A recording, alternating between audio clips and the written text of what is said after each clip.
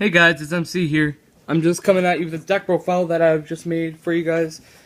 I've been playing this deck for a couple of weeks now, and it's being very consistent. I'm very happy with this deck. I haven't found anything that I've liked a lot this format. I've played the big three, and then when Necros came bursting in, I played those for a little bit.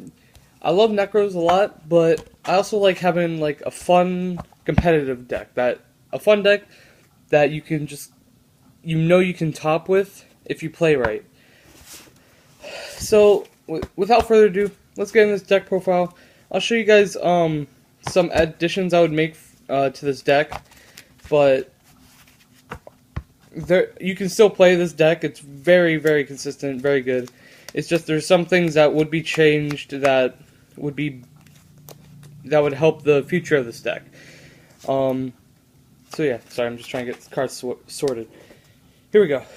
Basic stuff. You got 3,1s, 3,2s, 3,3s. This is basic generic things that for the Yosenjus.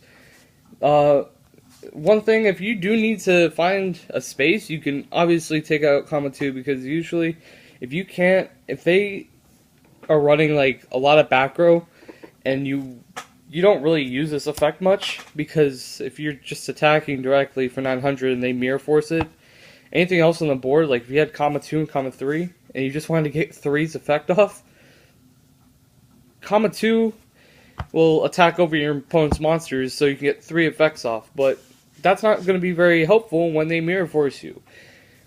So that's just a thing to be thinking about, but siding him out sometimes is good, because you do play a little bit more monsters than usual in this deck, but yeah.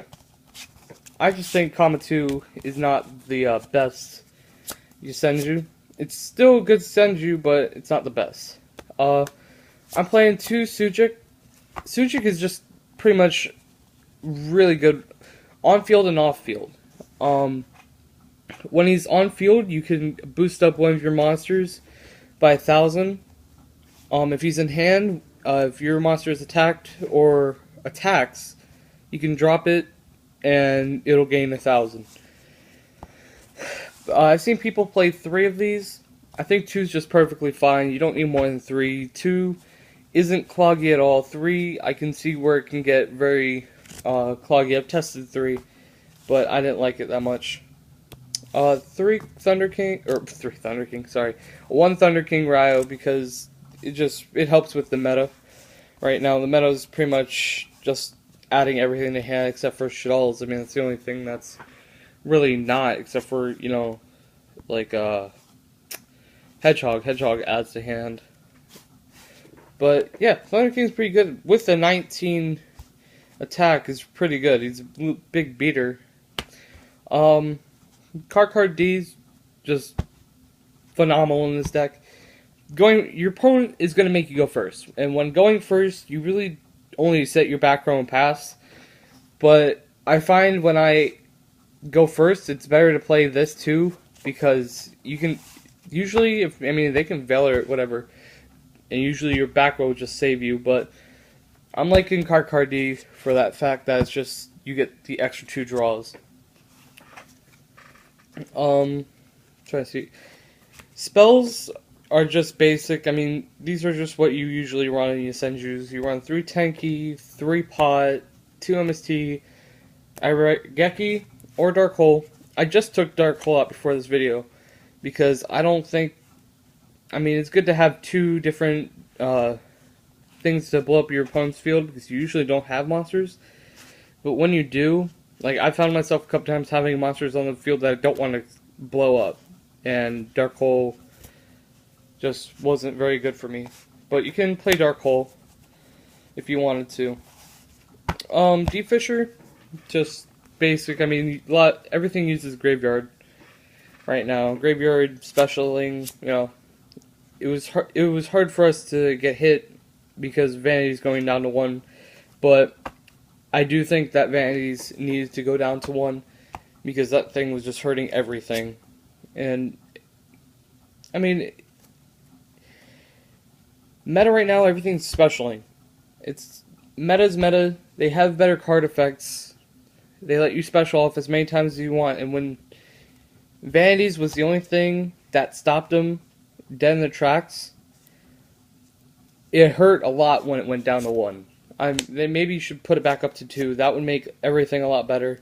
Also, when Cool Forts got hit for no good reason, they were really doing nothing for a good while.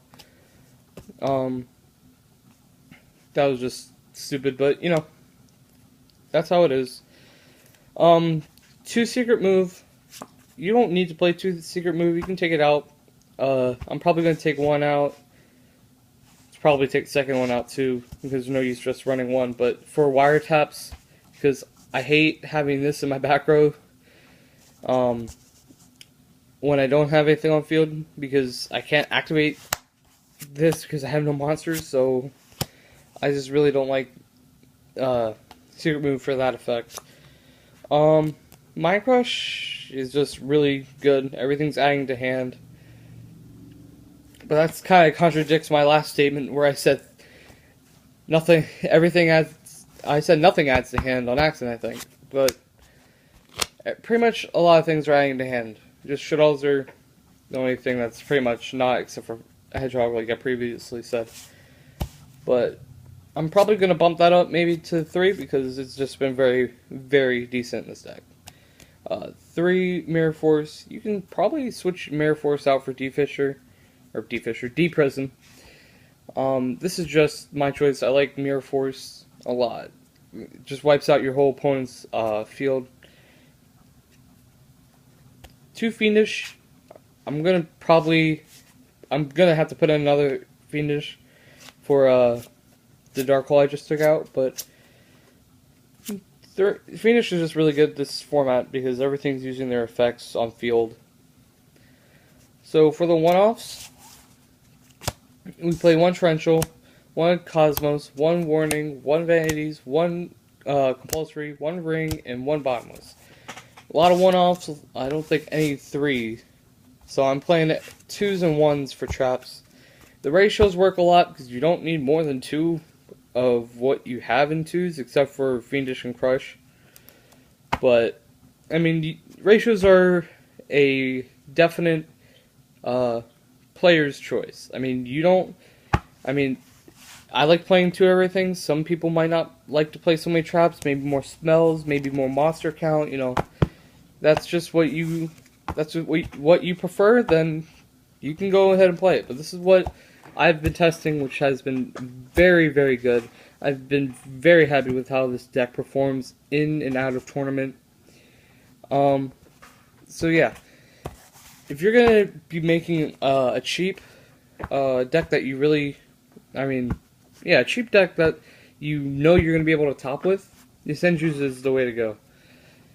For the extra deck, it's just generic rank 4s. If you have some of your binder, just pull them out, and that will be your extra deck. You usually don't go into your extra deck that much, but 2 Cowboy, because sometimes the first one, you know, if your opponent's like a little bit over 1,000, between 8 and 1,600, 2 Cowboys will get the job done.